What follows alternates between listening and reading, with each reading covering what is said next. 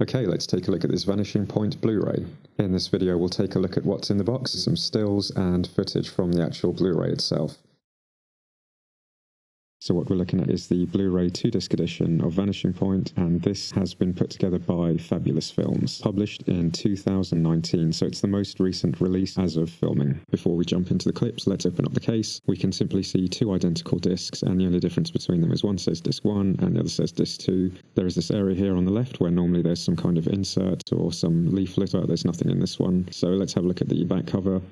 So on this top half we have the blurb, and see if you can spot the spelling mistake. Then on the middle section here we can see what's on the two discs. Disc 1 is on the left, and that's the regular US theatrical version, which is the shorter version, and we also have the director's commentary, and there's also this Super Soul picture-in-picture bonus view. And on the right-hand side, disc 2 has the UK theatrical version, and this is a version which runs longer because it has the additional scenes with Charlotte Rampling. So we have the director's commentary on the extended version, some bonus features, and there are some feature pieces about the Dodge Challenger itself, including interviews with the director and people like Chris Cornell. Here it shows us that it is 1080p playback, which is effectively 2K. Widescreen format 1.85:1, which is cinematic anamorphic ratio. And that just means that on a normal widescreen TV, you'll have some black lines top and bottom, but that is good news because it means the full picture has been preserved. It hasn't been zoomed in to chop the top and bottom lines off, so you do get the full width of picture. And finally onto the front, so we have this stylized artwork, adding in some extra helicopters, and it does include the correct image of a 1970 Dodge Challenger with bumperettes and the correct license plate. So that's everything for the box itself, and let's take a look at some stills and video footage. To make the most of this, make sure this is being viewed in 1080p. So on the bottom right, if you click on the cog icon and change it to 1080p, that will allow you to see as high of a resolution as possible. So let's begin the footage review with the opening scene. It's quite a nice clear image, and on the previous version I've watched before, it wasn't as clear, and watching on TV, it was kind of blurry.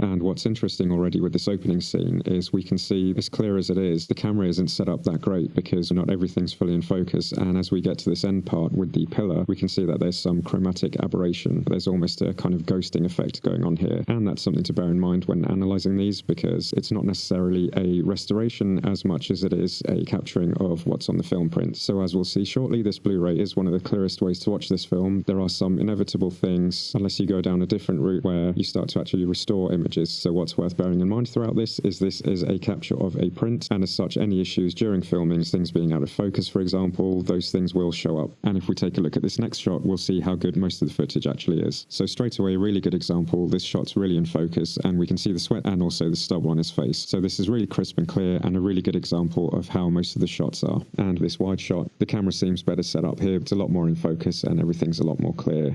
I'll go ahead and roll a few shots so you can see some of the variation.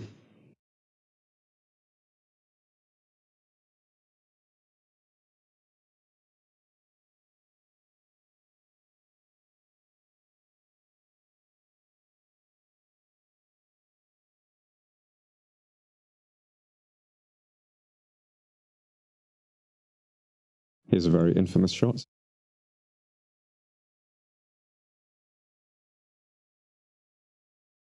This is a really good showcase. Even though there aren't many nighttime scenes, we can see how clear they are, and you can see a lot more in the image itself.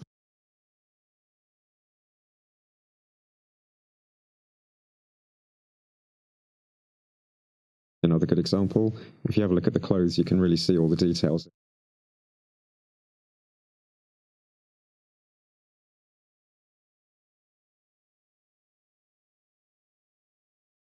Here's the first time Kowalski sees the Challenger. We can see it really nice and crisp, and we can see the setting of the warehouse much better.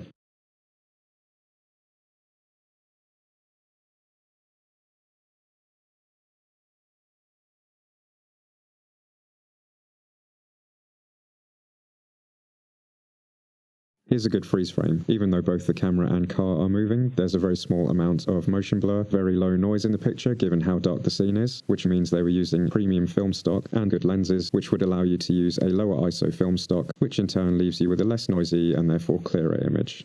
And this is another example of how clear everything is. So we can really clearly see the clothes, all the detail in them. And given this is a night shot, with the lighting, this has come out really well. And considering this was shot nearly 54 years ago, if you showed this now, apart from the dress sense, you'd probably think this was shot recently.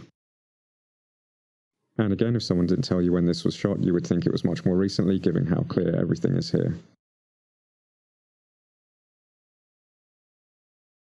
Here's the first appearance of Super Soul. We can see the scene much more clearly, we can see a lot of details on the clothes, and we can appreciate this scene a lot better. Then here in the studio we can see a lot more. Everything's more visible and clear, the lighting is very well balanced, and a lot of the scene isn't lost to blurriness. A quick close-up of Barry Newman, so we can see a lot of details in his face and just in the car in general. Here we can see a slight amount of dust, you can see the water splashing quite clearly. And the close-ups on the faces really show the level of detail that was captured. If we zoom into his glasses here, we can see the reflection from the outside. And this one of the desk, we can see some of the details in the background, and we can also see the time on his watch. It's just gone 9 o'clock, and we now know how much time has passed since Kowalski left. Just playing this so we can see how clear the visuals are. We can see how well in focus this shot is. We can see the buttons very clearly and sharply, and just the whole scene looks really good. Over to some outdoor daylight shots. This is a nice wide shot. The mobile sign here is nice and clear as well. Here's a scene with Paul Koslow. I wanted to pause this one not just for the detail, but to be able to see the film grain itself. So to zoom in a bit, we can see this film grain, and if you're wondering why we're looking at film grain, it's one of those things that makes film what it is, and is kind of part of the experience. Kind of adds this whole texture to everything. Sometimes when they do restorations, they'll actually clean the image up, and that can result in the film grain being lost. I'm glad they've kept that in here, because losing the film grain is losing part of the cinematic feel. And you'll notice it more when you pause a frame, but when it's moving it's less noticeable, but it's something that's there. And one of the things with digital is that it's difficult to capture a lot of detail and motion, so to be able to capture something as small as film grain and represent it well is a good sign of how well they've been able to scan and do justice to the quality and playback of the film. I appreciate this isn't one of the most iconic parts, but I just wanted to include it to show the detail. We can even see the hairs and pores on his skin, which is an odd thing to point out, but it's just to show the level quality of the scan that this is and how clear the playback is. Here's one of the more infamous scenes. And it does appear that this shot was taken from quite far away from the helicopter, and what they've done is they've zoomed into it. To do that with celluloid film, you would take the original piece, magnify it, and then print that onto a new piece of celluloid. And that would appear to be why this shot looks a bit blurry, and the Challenger is a bit difficult to see in the background as well. This Blu-ray version really makes a difference on this beach scene. Before, in the versions I'd seen, it was a bit blurry and didn't look too clear, but we can see much more clearly the waves, we can see the sea spray, and just the colour and the lighting in the scene is a lot better. This scene is one of the ones I noticed the biggest difference in. So when they're in the helicopter looking for Kowalski's car, you can really make out the topography, the sand dunes, and the texture of the landscape a lot better, which really helps lend itself to the scene, because at ground level we can really see the hiding spot, and now we're able to see how they're able to hide so well.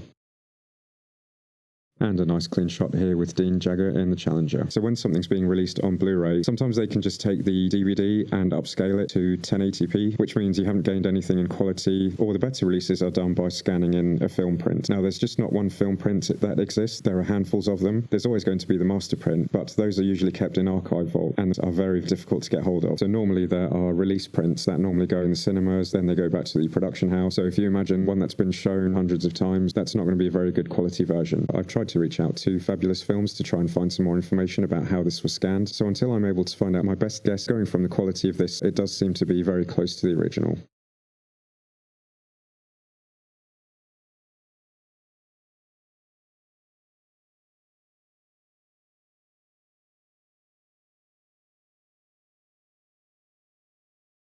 And this is the major deleted scene. Some of you may have not seen this. This is with Charlotte Rampling and is only available on disc 2, which is the UK theatrical version.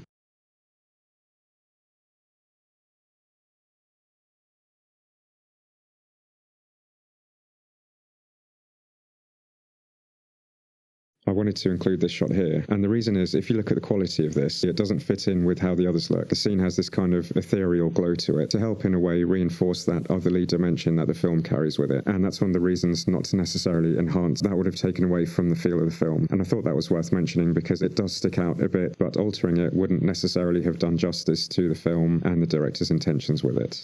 Here's a still of Super Soul's studio. We can even make out the writing on some of the tapes in the background. And Super Soul's shirt is now black in a kind of foreshadowing for the upcoming events.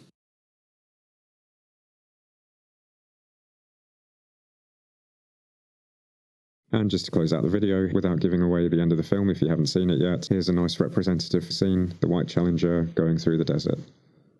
Thank you for watching and making it this far through. I hope you found this useful. I'll leave a link below in the description for the publishing numbers for the Blu-ray if you wanted to find this exact copy. I didn't want to link out to any websites because I'm not affiliated in any way. I just wanted to share my experience, and if you were curious whether to buy it or not, then hopefully this helps you make a decision. Personally, I'm glad I took the plunge and got this copy. It really made a difference to the viewing experience for me, and just being able to see everything, taking all the scenery, really helps revitalize the film. So I hope you enjoyed this video. I hope it helped. If you found this useful, please do leave a like. It really helps the channel. Thank you, and see you on the next one.